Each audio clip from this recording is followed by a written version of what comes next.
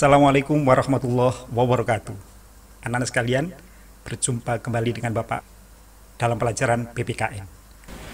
Oke, anak sekalian, kita bertemu kembali masih tetap di materi yang kedua PPKN, anak sekalian, di subbab yang kedua, yaitu persatuan dan kesatuan bangsa dari masa ke masa. Nah, sebelumnya kalian sudah melihat video yang pertama tentunya tentang persatuan dan kesatuan bangsa pada masa revolusi ya, antara tahun 1950 sampai tahun 1949. Nah, yang sekarang kita akan membicarakan tentang persatuan dan kesatuan bangsa pada masa Republik Indonesia Serikat atau biasanya disingkat RIS antara 27 Desember 1949 sampai dengan 17 Agustus 1950, atau ya dari peristiwa KMB yaitu Konferensi Meja Bundar tanggal 27 Desember 49 sampai pada tepatnya ulang tahun kemerdekaan Indonesia yang kelima, yaitu 17 Agustus 1950. Nah, bagaimana keadaan persatuan dan kesatuan pada masa ini, anak sekalian? Anak sekalian, sebenarnya tidak jauh berbeda dengan keadaan pada masa revolusi tahun 45 sampai 49 ya. Karena pada masa ini ibaratnya ya Indonesia itu masih bayi, baru lahir ya, masih banyak cobaan-cobaan.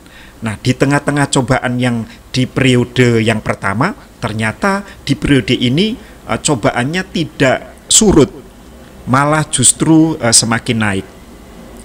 Apa yang membuat itu semakin naik? Yaitu disepakatinya KMB. Nah, salah satu isi KMB adalah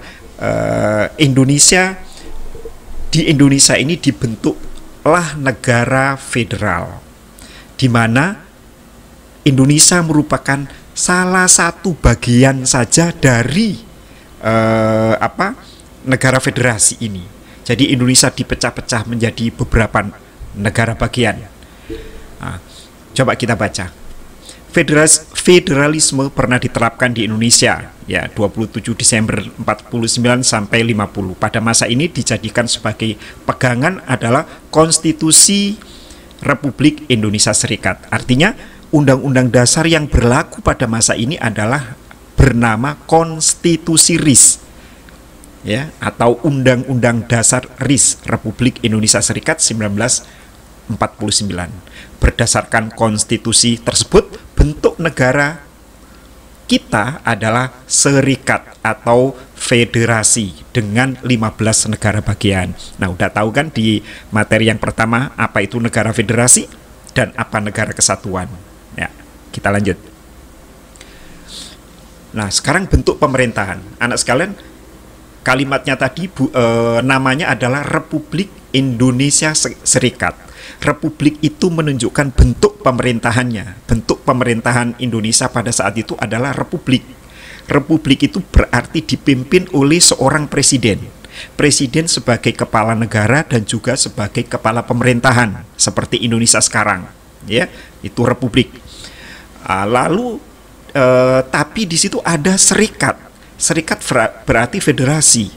Berarti di Indonesia ada beberapa negara bagian yang tadi sudah disebutkan 15 negara bagian.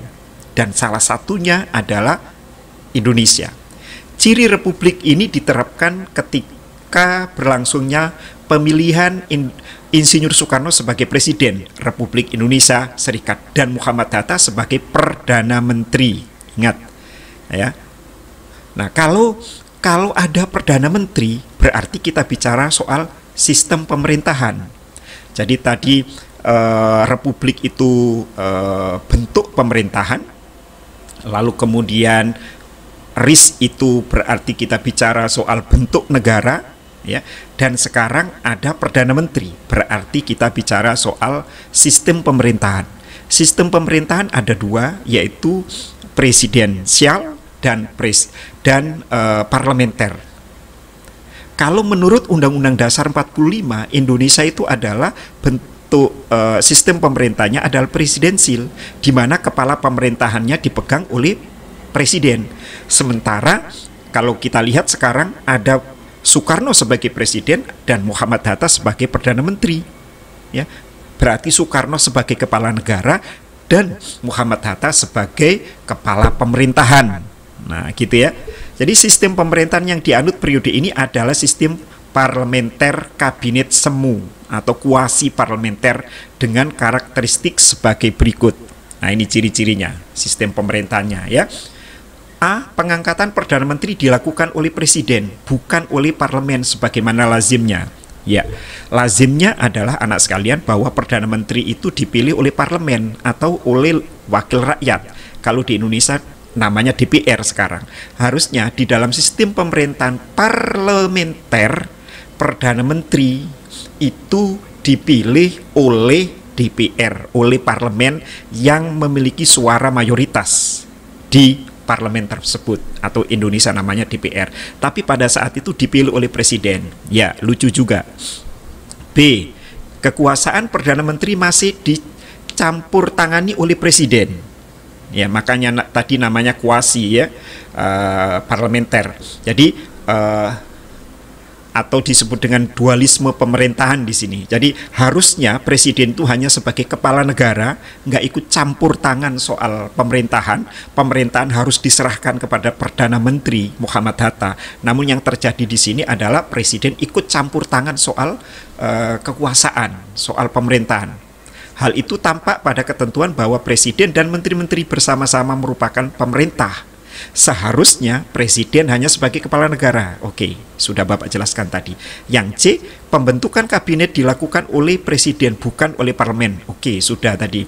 Pertanggungjawaban kabinet adalah kepada Dewan Perwakilan Rakyat DPR, namun harus melalui keputusan pemerintah. Ini juga agak lucu, ya. Keputusan pemerintah di sini harusnya tidak berlaku, ya, tidak ada. Jadi di dalam sistem pemerintahan parlementer, kabinet atau menteri-menteri itu memang bertanggung jawabnya kepada DPR atau kepada parlemen. Sementara kalau presidensil seperti Indonesia sekarang itu menteri-menteri bertanggung jawab kepada presiden, karena presiden sebagai kepala pemerintahan, karena menteri-menteri adalah pembantu presiden. Itu sekarang ya, tapi tidak pada zaman RIS ya, karena sistem pemerintahannya adalah parlementer seperti Malaysia sekarang. Ya, seperti Malaysia sekarang ya. Yang E, parlemen tidak mempunyai hubungan erat dengan pemerintah sehingga DPR tidak punya pengaruh besar terhadap pemerintah. DPR tidak dapat menggunakan mosi tidak percaya kepada kabinet. Ini juga bertentangan dengan prinsip-prinsip sistem pemerintahan parlementer. Seharusnya tadi di depan bahwa menteri-menteri, perdana menteri dan menteri-menteri itu diangkat oleh DPR. Sehingga menteri-menteri itu bertanggung jawabnya kepada DPR, maka DPR itu punya hak untuk mengawasi dan punya mosi tidak percaya. Artinya tidak percaya itu bisa menjatuhkan. Saya nggak percaya terhadap kepemimpinan Muhammad Hatta ini misalnya, maka pemerintah bisa dijatuhkan. Nah, yang terjadi ini tidak. DPR tidak punya kuasa, ya, tidak punya pengaruh terhadap pemerintah. F. Presiden RIS mempunyai kedudukan rangkap, yaitu kepala negara dan kepala pemerintahan. Loh, kan makin lucu lagi. Harusnya presiden hanya sebagai kepala negara saja. Kepala pemerintahan sudah dipegang oleh Perdana Menteri. Lah kalau begitu Pak Hatta, Muhammad Hatta ngapain? Nah, gitu ya, ngapain? Kok presiden kepala negara dan juga kepala pemerintahan? Berarti itu harusnya ya presidensil, jangan parlementer, jangan ada Perdana Menteri. Cukup presidennya Soekarno, lalu kemudian Muhammad Hatta jadi wakil presiden, selesai sebenarnya.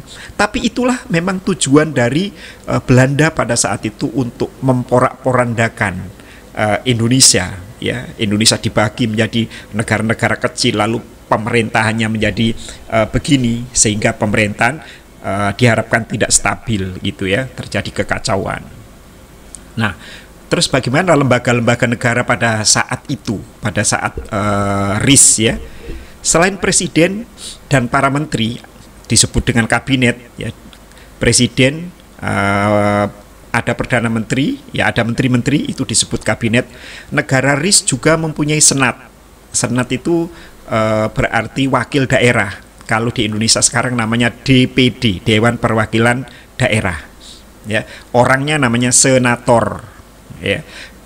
Dewan Perwakilan Rakyat ada DPR, ada Mahkamah Agung, ada Dewan Pengawas Keuangan. Nah, kalau di sekarang namanya BPK, Badan Pemeriksa Keuangan, dulu sudah ada ya, Dewan Pengawas Keuangan sebagai alat perlengkapan negara. Jadi alat perlengkapan negara ada presiden, ada Perdana Menteri dan menteri-menteri, sebut kabinet, lalu ada Senat, ada DPR, ada Mahkamah Agung, dan ada DPK, Dewan Pengawas Keuangan.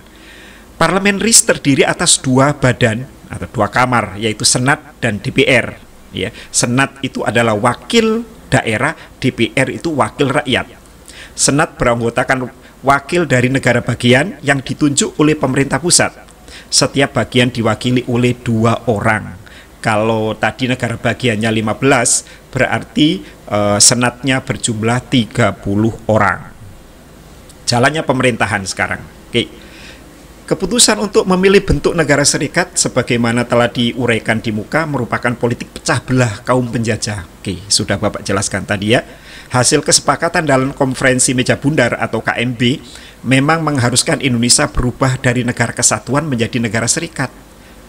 Bagaimana nasib negara serikat itu? Layaknya bayi yang baru lahir prematur, kondisi RIS juga seperti itu. Muncul berbagai reaksi dari berbagai kalangan bangsa Indonesia menuntut pembubaran negara RIS dan kembali ke negara kesatuan. Ya, karena ini memang tidak sesuai dengan cita-cita bangsa Indonesia yang dirumuskan oleh BPUPKI dan PPKI. BPUPKI dan PPKI itu sudah berdiskusi panjang bagaimana bentuk negara Indonesia ke depan. Mengapa memilih kesatuan ketika Indonesia baru lahir? Karena Indonesia ini adalah negara yang wilayahnya sangat luas, lalu kemudian sudah dipikirkan ke depan penduduknya akan banyak, lalu kemudian berpulau-pulau, sekarang ada 17.400 pulau, tentu ini sangat rawan terjadi perpecahan, ya. Makanya para pendiri negara pada saat itu BPUPKI dan PPKI sudah menetapkan bentuk negara Indonesia adalah kesatuan, tapi ini malah dirubah menjadi serikat, ya. Dan ini adalah ulah dari penjajah Belanda. Jadi muncul berbagai reaksi. Maka pada 8 Maret 1950 pemerintah federal mengeluarkan Undang-Undang Nomor 11 Tahun 50 yang isinya mengatur tata cara perubahan susunan kenegaraan negara RIS.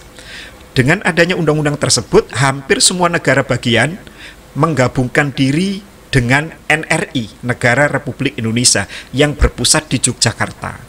Jadi yang semula Indonesia itu hanya bagian daripada RIS, berarti satu di antara 15, berarti ada 15 negara yang lain. Nah, setelah ada undang-undang ini, semua negara-negara bagian tadi bergabung kepada Negara Republik Indonesia. Hampir semua negara bagian menggabungkan diri ke NRI yang berpusat di Jogja. Akhirnya negara RIS hanya memiliki 3 negara bagian, yaitu NRI sendiri, negara Indonesia Timur, dan negara Sumatera Timur. Nah, gitu ya. Kita lanjut. Pada masa Republik Indonesia Serikat juga terdapat gerakan-gerakan separatis. Gerakan separatis itu gerakan yang ingin memisahkan diri, ya, yang terjadi di beberapa wilayah. Yang pertama ada gerakan ada APRA, ya, Gerakan Angkatan Perang Ratu Adil, yang dipimpin oleh Westerling, yang melakukan pembunuhan terhadap TNI dan rakyat. Kalau tidak salah hampir 40.000 TNI dan rakyat dibunuh oleh Westerling ini, ya. Westerling ini adalah Kapten Raymond Westerling ini adalah mantan tentara Genil, ya, tentara yang dibentuk oleh Hindia Belanda. Nah, anak sekalian, pemberontakan ini yang dipimpin oleh Westerling juga pernah melakukan pembunuhan, ya, terhadap Menteri Republik Indonesia pada saat itu.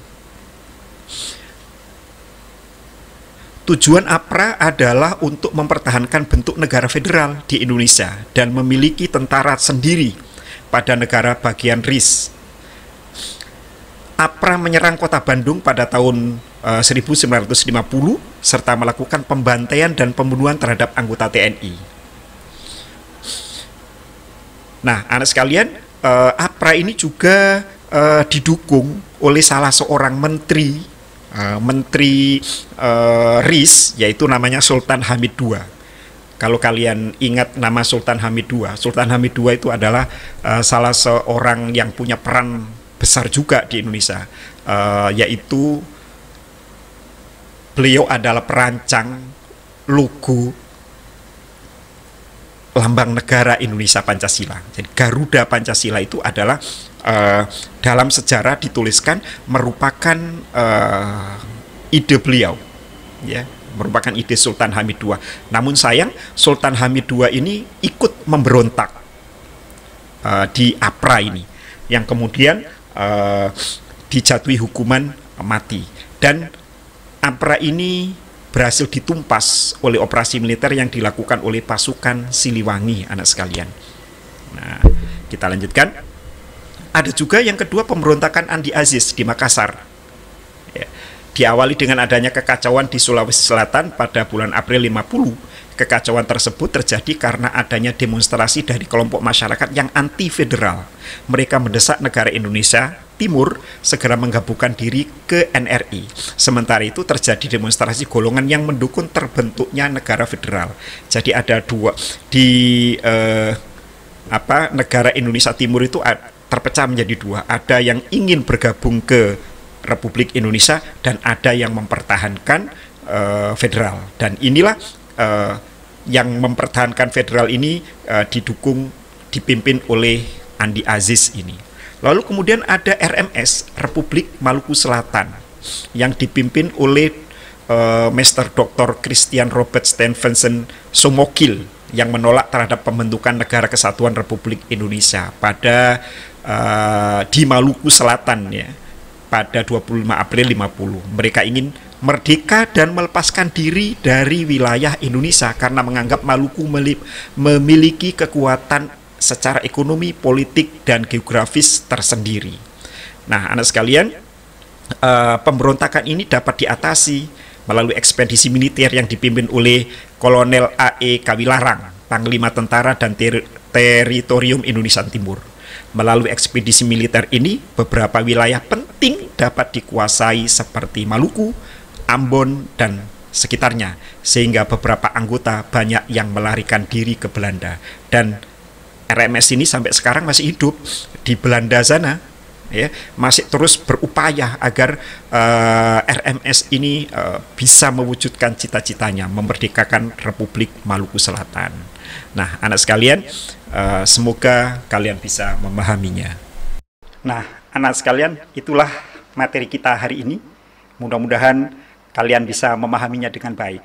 Jika kalian masih belum bisa memahami dengan baik, maka kalian bisa buka kembali video ini di YouTube Bapak, yaitu di PPKN Studio. Atau kalian kembali ke Google Classroom untuk membuka materi dengan lengkap. Terima kasih atas perhatiannya. Assalamualaikum dan salam sejahtera.